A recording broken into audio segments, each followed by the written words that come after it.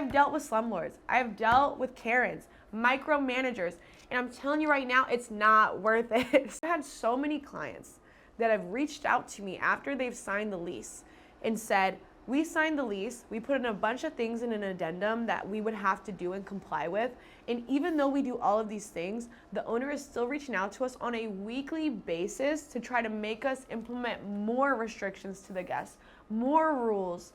Like, it's just more of a headache. So forget a slumlord. Let's talk about like a Karen lord, right? If you're neglecting the property a little bit and you're not running it as professionally as you maybe should, then that could be a different conversation. But what I'm referring to right now is if you're in the property and you're doing the things that you're supposed to do, you're verifying and you're vetting your guests, and you're doing so in a reasonable manner, and you're not really running into any issues, but they're still micromanaging you, just imagine you dealing with that for 12 months. So when you're having these conversations early with the landlord and you're getting the vibe that maybe they're a little bit difficult to deal with, you have to think about that from a long-term standpoint. So you really want to work with landlords that are, number one, not micromanagers, that are going to kind of let you do your thing, that understand you're going to be running it as a business.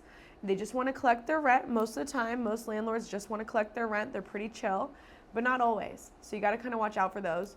Also, another thing that could be a little bit of an issue is if they are trying to implement a lot of rules and regulations on you on how you run your business. Well, then that may not be somebody that you want to work with, and you should respectfully decline, in my opinion. I've dealt with slumlords. I've dealt with Karens, micromanagers, and I'm telling you right now, it's not worth it. I've dealt with landlords that seemed amazing at first, and then they end up being horrible. A lot of times it's not going to be that way, but you just want to kind of evaluate the risk associated.